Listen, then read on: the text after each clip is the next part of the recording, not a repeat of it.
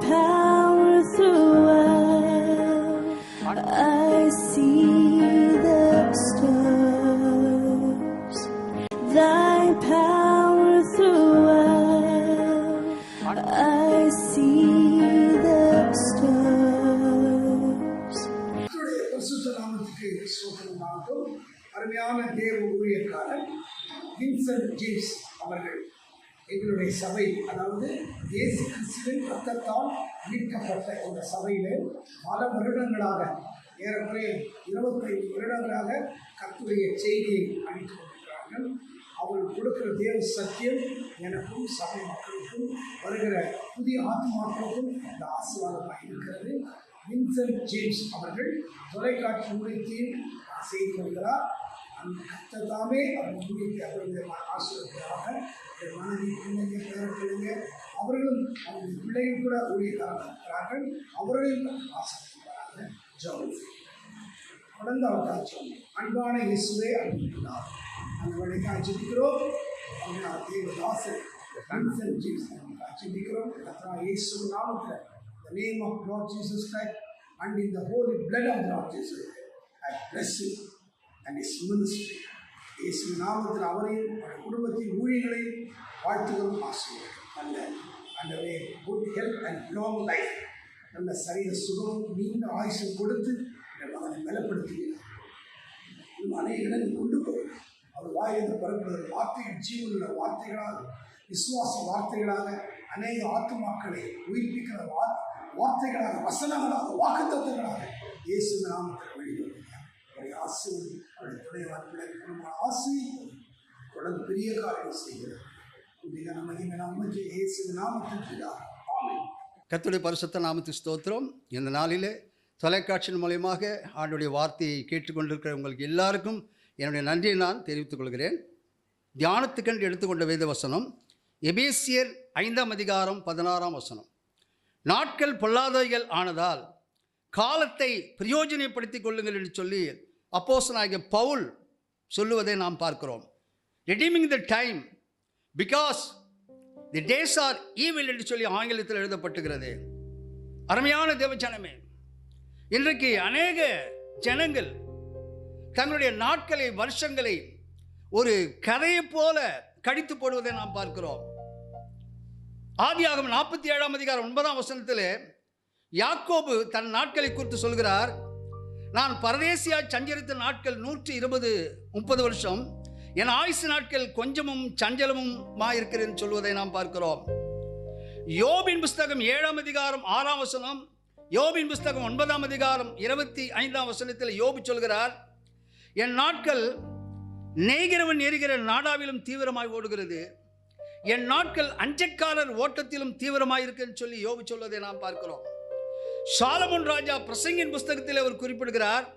பிரசங்கின் புஸ்தகம் 6ஆம் அதிகாரம் 12ஆம் வசனத்தில் நிழலை போன்ற மாயான தன் ஜீவகாலம் என்று தன்னுடைய நாட்களை அவர் குறிப்பிடுவதை நாம் பார்க்கிறோம். தாவீது தன்னுடைய நாட்களை குறித்து சங்கீதம் 39ஆம் சங்கீதம் 5ஆம் வசனத்தில் தாவீது சொல்வதை நாம் பார்க்கும்போது, இதோ என் நாட்கள் 4 விரற்கடையளவு ஆக்கினீர் என்று சொல்லி தாவீது சொல்வதை நாம் பார்க்கிறோம். யாக்கோபின் புஸ்தகம் 4ஆம் அதிகாரம் 14ஆம் வசனத்தில் நாம் வாசிக்கும் போது அப்போஸ்தலன் யாக்கோபு சொல்கிறார், நாட்கள் புகையை போல் இருக்கிறது என்று சொல்வதை நாம் பார்க்கிறோம்.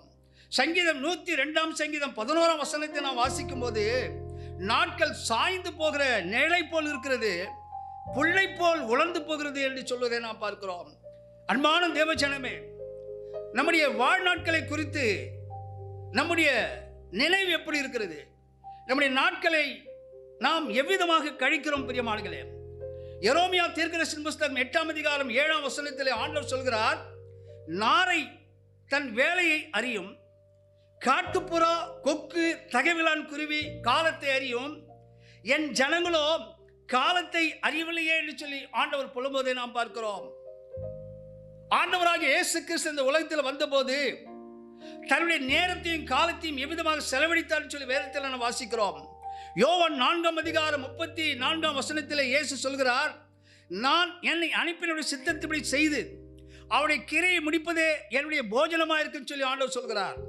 யோவான் 17ஆம் அதிகாரம் 4ஆம் வசனத்திலே ஆண்டவர் சொல்கிறார், நான் செய்யும்படி நீர் எனக்கு நியமித்த கிரியை செய்து முடித்தேன் என்று சொல்வதை நாம் பார்க்கிறோம். யோவான் 19:30 ஆண்டவர் சொல்கிறார், பிதா கொடுத்த வேலையை ஆண்டவர் செய்து முடித்தார். சிலுவையில் முடிந்தது என்று சொல்லி தன் தலையை சாய்த்து ஆவியை ஒப்புக் கொடுக்கிறதை நாம் பார்க்கிறோம். அப்போஸ்தலனாகிய பவுல் 2 தீமோத்தேயு புத்தகம் 4ஆம் அதிகாரம் 7ஆம் வசனத்தில் சொல்கிறார், நல்ல போராட்டத்தை போராடினேன், ஓட்டத்தை முடித்தேன் என்று சொல்கிறார். I have fought the good fight, I have finished the race என்று சொல்லி பவுல் சொல்வதை நாம் பார்க்கிறோம். என் அருமையான தேவஜனமே, நம்முடைய வாழ்க்கையில் திடீரென்று வியாதி நம்மை சந்திக்கிறது, விபத்து நம்மை சந்திக்கிறது. இப்படி திடீரென்று மரணம் நம்மை சந்திக்கும் போது நாம் எங்கே இருப்போம் பிரியமானவர்களே? பிரசங்கின் புத்தகம் 12ஆம் அதிகாரம் 1ஆம் வசனம் சொல்கிறது, உன் வாலிப நாட்களிலே உன் சிஷ்டிகரை நினை, தீங்கு நாட்கள் வராதற்கு முன்னும் எனக்கு பிரியமானவர்கள் அல்ல என்று சொல்லும் வருஷங்கள் சேராதற்கு முன்னும் அவரை உன் வாலிப பிரயாயத்திலே நினை என்று சொல்லி வேதத்தில் வாசிக்கிறோம். ஆண்டவருடைய சத்தியத்தை தொலைக்காட்சியிலே கேட்டுக்கொண்டிருக்க என் அன்பு தேவஜனமே, என் அன்பு வாலிப சகோதரனே சகோதரியே, உன் நாட்களை எவ்விதமாக கழித்துக் கொண்டிருக்கிறாய்? மத்திய எழுதின சுவிசேஷம் 25ஆம் அதிகாரம் 10-13 வரையில் பார்க்கும்போது, புத்தி இல்லாத 5 கன்னிகைகள் காலதாமதமாக வந்து கதவை தட்டின போது கதவு பூட்டப்பட்டது பிரியமானவர்களே. மத்திய 27:3 யூதாஸ் காலதாமதமாக அவன் மனம் திரும்பினான் சொல்லி வேதத்தில் வாசிக்கிறோம். ஆண்டவரை சிலுவையில் அறை ஒப்பு கொடுத்த பிறகு யூதாஸ் மனம் திரும்புவதை நாம் பார்க்கிறோம். எபிரேயர் 12ஆம் அதிகாரம் 16-17 வாசித்து பாருங்கள். ஏசா காலதாமதமாக மனம் திரும்பினான் சொல்லி வேதத்தில் வாசிக்கிறோம். அருமையான தேவஜனமே, நம்முடைய வாழ்க்கையிலே நம்முடைய காலத்தை நேரத்தை நாம் எவ்விதமாக செலவழிக்கிறோம் பிரியமானவர்களே? அப்போஸ்தலனாகிய பவுல் அப்போஸ்தலர் நடவடிக்கைகள் 24ஆம் அதிகாரம் 25ஆம் வசனத்திலே பவுல் தேசாதிபதி பேலிக்ஸுக்கு ஆண்டவருடைய வார்த்தையை அவர் சொல்கிறார். நீதியை குறித்தும் இச்சையடக்கத்தை குறித்தும் நியாய தீர்ப்பை குறித்தும் பவுல் பிரசங்கித்த போது அந்த பேலிக்ஸ் சொன்னது என்னவென்றால், இப்பொழுது நீ போகலாம், எனக்கு சமயமான போது உன்னை அழைக்கிறேன் என்றான் பிரியமானவர்களே.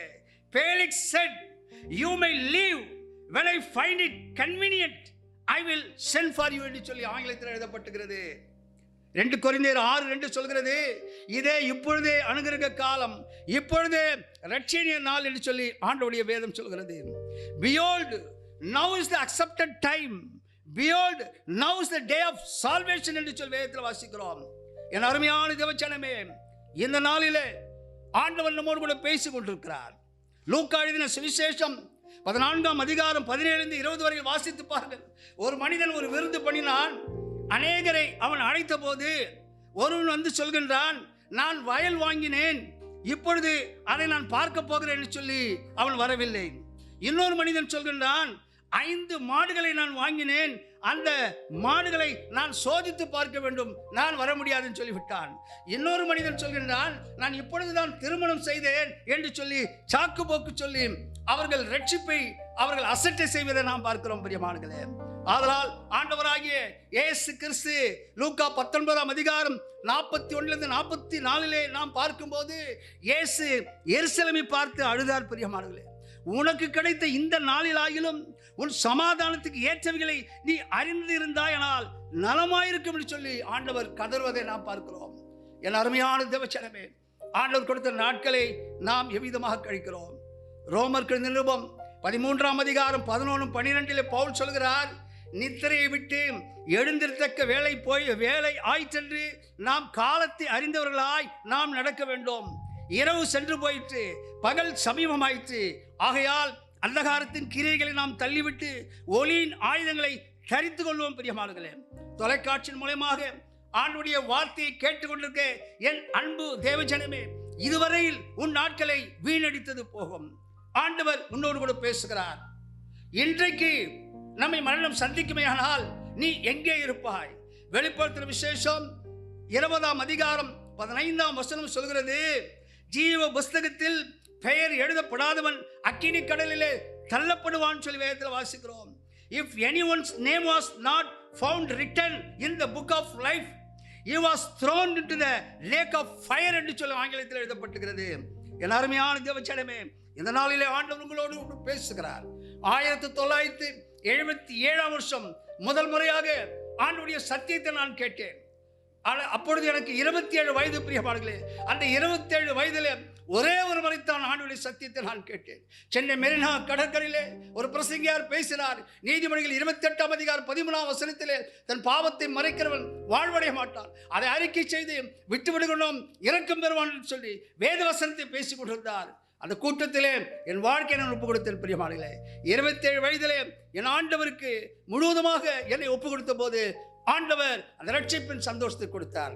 இந்த நாளிலே தொலைக்காட்சியின் மூலமாக ஆண்டவருடைய சத்தியத்தை கேட்டுக்கொண்டிருக்க உங்களுடைய வாழ்க்கையில் கூட ஆண்டவர் உங்களுக்கு ரட்சிப்பின் ஆசீர்வாதத்தை கொடுக்க ஆவலாக இருக்கிறார். பிரியமானவர்களே, உங்களுடைய நாட்களை எவ்விதமாக நீங்கள் கழிக்கிறீர்கள்?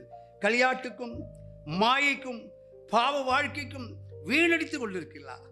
உங்களுடைய நாட்களை கதையை போல் கடித்துக் கொண்டிருக்கிறார். ஆண்டவர் உங்களோடு கூட பேசுகிறார். நாம் கண்களை மூடி ஆண்டவரை நோக்கி நாம் ஜெபம் செய்வோம். தொலைக்காட்சியின் மூலமாக ஆண்டவருடைய வார்த்தையை கேட்டுக்கொண்டிருக்கிற என் அன்பு சகோதரனே, சகோதரியே, இந்த நாள் ரட்சினிய நாள். இயேசு உன்னை அழைக்கிறார். இன்றே சகாயம் கிடைக்கும் நாள், இன்றே அனுகிரகம் காலம். ஓடிவா, இயேசு உன்னை அழைக்கிறார்.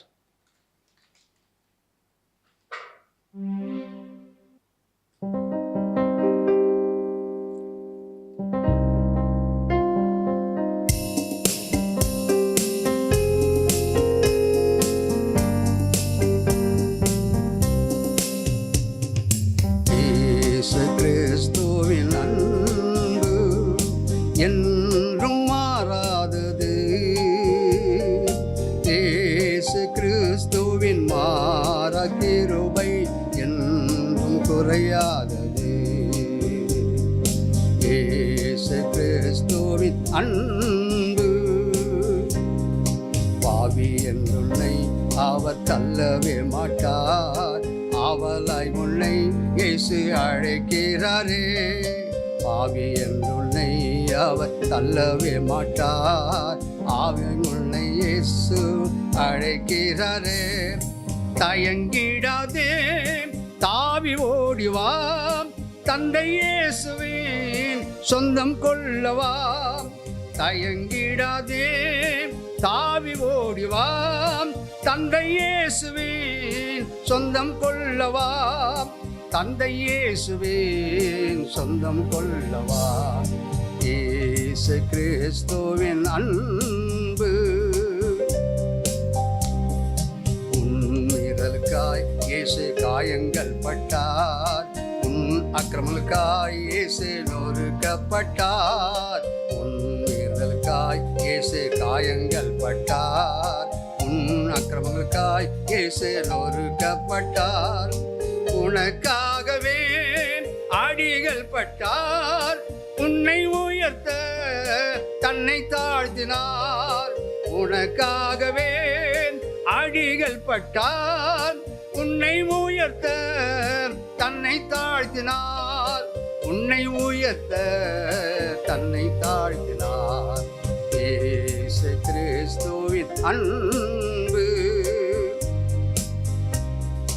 கல்லர் மத்தியில் ஒரு கல்லனை போல குற்றமற்ற கிறிஸ்து தொங்கினாரே. கல்லர் மத்தியில் ஒரு கல்லனை போல குற்றமற்ற கிறிஸ்து தொங்கினாரே. பாருணக்காய் அவர் கரங்கள் பார சிலுவை சுமந்தேகுதே. பாருணக்காய் அவர் கரங்கள் பார சிலுவை சுமந்தேகுதே. பார சிலுவை சுமந்தேகுதே. இயேசு கிறிஸ்துவின் அன்பு என்றும் மாறாதது. இயேசு கிறிஸ்துவின் மாறா கிருபை என்றும் குறையாதது. இயேசு கிறிஸ்துவின் அன்பு. மகா இரக்கமுள்ள எங்கள் தேவனே, உம்மை நன்றியோடு ஸ்தோத்திரிக்கிறோம், ஸ்தோத்திரிக்கிறோம், ஸ்தோத்திரிக்கிறோம் ஐயா. ஆண்டவரே, அப்போஸ்தலனாகிய பவுல் எபேசியர் நிருபத்திலே சொன்னாரே, 5ஆம் அதிகாரம் 16ஆம் வசனத்திலே, நாட்கள் பொல்லாதலானதால் காலத்தை பிரயோஜனப்படுத்திக் கொள்ளுங்கள் சொன்னாலே அப்பா. இந்த நாளிலே உம்முடைய வார்த்தையை கேட்டுக்கொண்டிருக்க ஒவ்வொரும் தங்களுடைய நாட்களை வீணாக்காதபடி உடைய வேதம் சொல்கிறது, இன்றே ரட்சணிய நாள், இன்றே கிருபையின் நாள், இன்றே அனுகிரகம் நாள் என்று சொன்ன உடைய வார்த்தைக்கு கீழ்ப்படிந்து அப்பா ஆண்டவரே உடைய பிள்ளைகள் உம்மிடத்தில் வரத்தக்கதாக ஆவியானவரே கிரியை செய்யும்படியாக நான் ஜெபிக்கிறேன். என் அன்பு சகோதரனே சகோதரியே, நீ எப்படிப்பட்ட பாவியாக இருந்தாலும் இயேசு உன்னை நேசிக்கிறார். இந்த நாளிலே உன் வாழ்க்கையை ஒப்புக்கொடு. இயேசு உன் வாழ்க்கையை ஆசீர்வதிப்பார். ஆமென். தொடர்பு கொள்ள வேண்டிய எங்கள் முகவரி: pastor Wingston James M Divinity, Jesus Gospel Mission, இடம் 1/20, new Bethania Nagar, 3rd street, Ramapuram, Chennai 600089. Cell number 9962966097.